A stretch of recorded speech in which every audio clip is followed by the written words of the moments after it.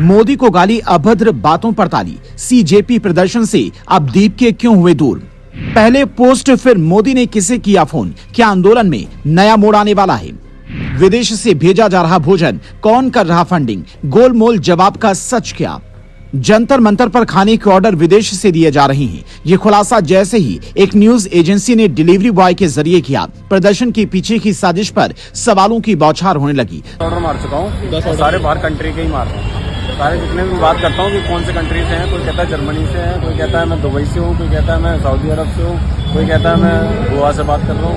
आप वहाँ जाके बस बच्चों को खाना दे देना, जाके प्रोटेक्ट जो बैठे हुए हैं बच्चे आजकल सीजेपी वाले, उनको दे देना खाना, जाके पहुंचा देना है। जैसा भी आप कर देना वहाँ मैं जाके जब खाना दे देता हूँ जाके। लोग पूछने लगे, छात्रों के हक के आंदोलन में विदेशी एजेंडे का क्या काम? आखिर वो लोग कौन हैं जो विदेश में बैठकर पेमेंट करके खाने का ऑर्डर कर रहे हैं ताकि आंदोलन करने वालों को बराबर खाना पानी मिलता रहे? ऐसा लगता है मानो उसकी बड़ी फंडिंग की गई हो। तो आखिर वो लोग कौन हैं जो आंदोलनकारी बनकर कभी मोदी को गाली दे रहे हैं तो कभी देश की आस्था को ठेस पहुंचा रहे हैं? हद तो तब हो जाती है जब इस प्रदर्शन में एक हिस्ट्री शीटर भी नारे लगाते दिखाई देता है, जिसका नाम है हाफिज अफजल, जिस पर मकोका समेत 26 मामले दर्ज हैं। 6 साल जेल में रहकर लौटा है। इसकी पत्नी आम आदमी पार्टी की पार्षद बताई जा रही है, जिसके बाद सवाल उठ रहा है कि आखिर डिरेल हो चुके आंदोलन में ऐसे लोगों को मंच कौन दे रहा है? जब तक सोनम वांगचुक जंतर मंतर पर थे, ऐसी कोई तस्वीर नहीं दिखी और अब अभिजीत दीपके ने भी खुद दूरी बना ली है।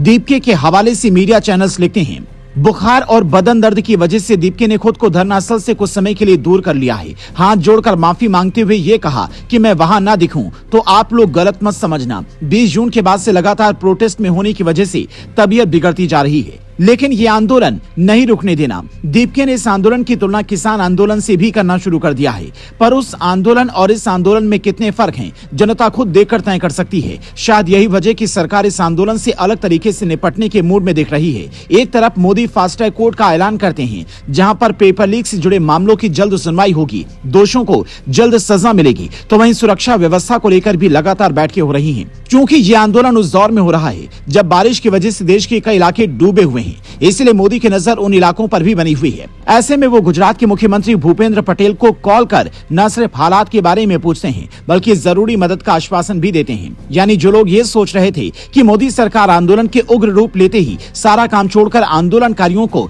किसी तरह से मनाने में लग जाएगी, वो फिलहाल होता नहीं दिख रहा है। यहाँ तक कि राहुल गांधी जब पीएम आवास के बाहर बैठे तब भी मोदी बाहर नहीं निकले, उसे सुरक्षा खतरे से जोड़कर भी देखा गया। तो सवाल ये है कि इस आंदोलन का क्या होगा? विजेता दहिया जैसे प्रवक्ता को निकालकर क्या सीजेपी ने अपने नेताओं की संख्या कम कर ली, या फिर विजेता दहिया के जरिए ही अभिजीत दीपके पर कोई बड़ा खुलासा होने वाला है और उसके बाद बड़ा एक्शन होने जा रहा है? क्योंकि ये आंदोलन अब सिर्फ छात्रों का नहीं रहा, ये बात जनता तक भी पहुंच चुकी है। अगर इस आंदोलन को बचाना है तो बेवजह बातों की बजाय सिर्फ छात्रों को आगे आना होगा। उन्हें शांतिपूर्वक प्रदर्शन कर अपनी मांगे बतानी होगी, वरना आंदोलन की रूपरेखा दिनों दिन बदलती नजर आ रही है।